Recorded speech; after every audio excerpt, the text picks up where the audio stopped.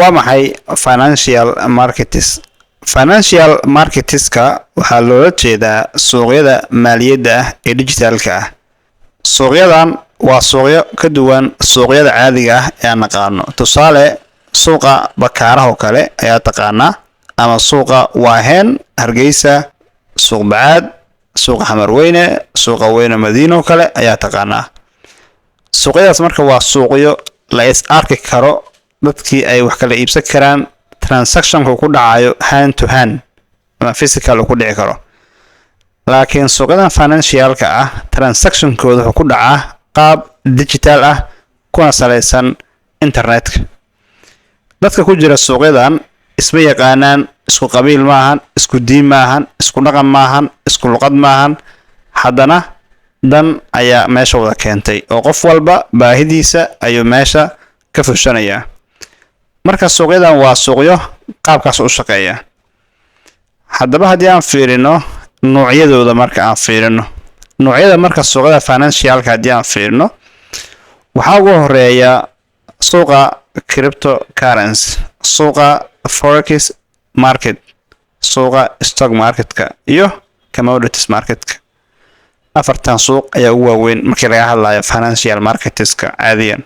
Afartan suuq marka mid walba wuxuu ka shaqeeyaa shaqo gooni ah, mid ku shaqo ah ma jiro. Sababtoo ah suuq walba wuxuu xalinayaa baahi markaas taagan ayuu xalinayaa. Haddii aan fiirino marka suuqa koowaad cryptocurrency hadaan fiirino marka, cryptocurrency marka caadiyan waa lacago digital ah.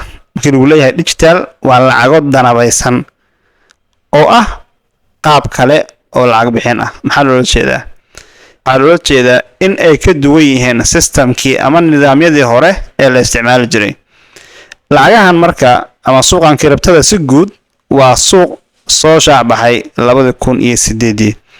2008 marka waa xilliga uu dhacayay financial recession ama dhaqaale burburka caalamka dhacay, oo caadiyan 2008 waa xilligii dhaqaale xumada adduunka ay dhacday, shirkadaha u badan burbureen, shaqaale la'aanta u badan dhacday. Yani waxaasoo dhan waxaa loo aanayay systemka centralized-ka ah. Marka cryptadu qaab yani fikrad kacaan ah oo ku salaysan decentralized finance ayaa ku soo gashay suuqa. Xilligaas marka waa 2008. Sidoo kale suuqan waa suuq furan 7 maalmood 24 saac, lama xiro suuqan. Anytime ayaa lacag samayn kartaa, xilli walba waa soo kacdid, xilli walba waa chances ayaa lacag samayn kartaa hadday ahayd investment iyo trading labadaba. Marka si aad u isticmaasho lacagahan cryptocurrency waxaa u baahan tahay boorsada digitalka ah ee loo yaqaano crypto wallet. Crypto walletka waxaa loo jeedaa boorso danabaysan. Tusaale, waxaa taqaanaa boorsada ay raggu jeebka dama gashadaan, dumarkuna ay gacanta ku qaataan ee gashadaan, yani credit cardska ama kaararka muhiimka ah ama lacagaha kale.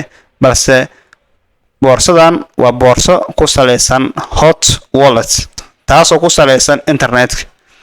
Boorsadan runtii waa boorso unlimited ah.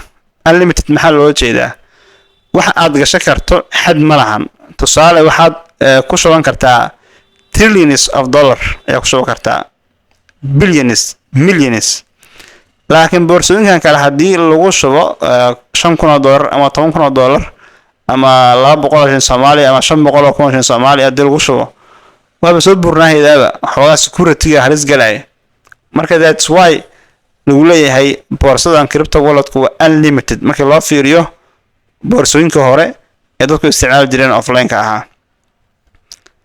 Suuqa labaad forex hadaan fiirino, waxaa lagu kala sarifaa lacagaha qalaad ee dawladaha. Lacagaha qalaad dawladaha maxaa ka mid ah? Waa lacagahan yuurada, doolarka, iyaanka oo kale ayaa loola jeedaa. Sidoo kale suuqan waa suuqa maaliyadeed ee adduunka u weyn. Yani suuqan waa suuq in badan soo shaqeynayay.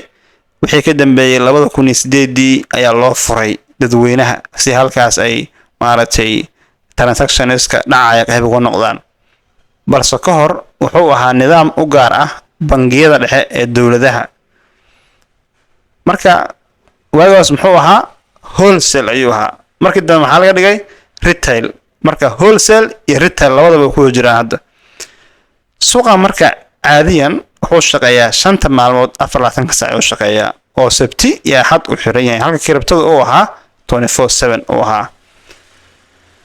suuqa saddexaadaan fiirino waa stock market muxuu qabtaa stock marketka caadiyan wuxuu ka ganacsadaa saamiyada lahaanshaha shirkadaha dadweynaha ku ganacsadaa shaqal ma qabto tusaale shirkadaha bixiya saamiyada oo kale ayaa waxa gadanaysaa saami marka stock marketku meesha saami lagu soo bandhigi lahaa marka tusaale shirkadaha bixiya saamiga oo kale ayaa waxa gadanaysaa saami ay ka gadanaysaa marka saamigaas marka meeshii lagu soo bandhigi lahaa waa stock marketka marka oo laga gada lahaa la iskaga iibi lahaa shaqadaas ayuu qabtaa stock marketka tusaale shirkadda Tesla oo kale ayaa waxa ka gatay saami dhan $100 saamigaas marka waxa uu aadaa stock marketka ayuu aadaya haddii rabo hadhow inaan iska gadana isaga iska gadaya marka waxa waaye waa sayladii lagu gadayay saamiyada shirkadaha dadweynaha shirkadda dadweyne maxaa loo jeedaa shirkadda dadweyne waxaa loo jeedaa shirkadaha yacni public ah oo dadweynuhu maal gashan karaan ee furan aan xirnayn ayaa loo jeedaa shirkadaha dadweynaha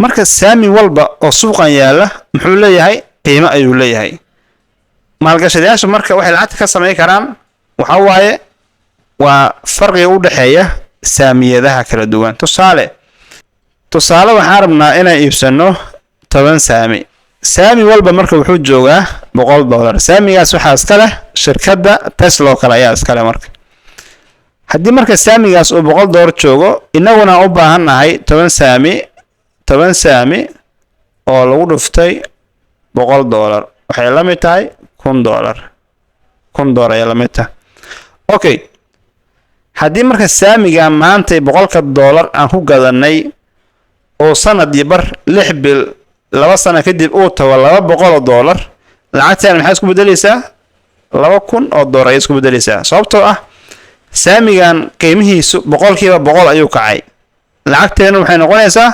100% ay isku bedelaysaa $2,000 hadii shala $1,000 ahayd maantay waa $2,000 saamiga soo bedelaya sidiisa 10kiisu taagnaaha waxa isbedela waa qiimaha saamiga iyo faa'iidada soo xareeyay isbedela taasina la fahantaa rajeynaya haddii aan ku xijino commodities market oo kale marka suuqa marka waxaa la yiraahdaa suuqa badeecadaha ayaa la yiraahdaa suuqa shaqadiisu waxa waaye inuu la socdo qiimaha iyo dhaqaaqa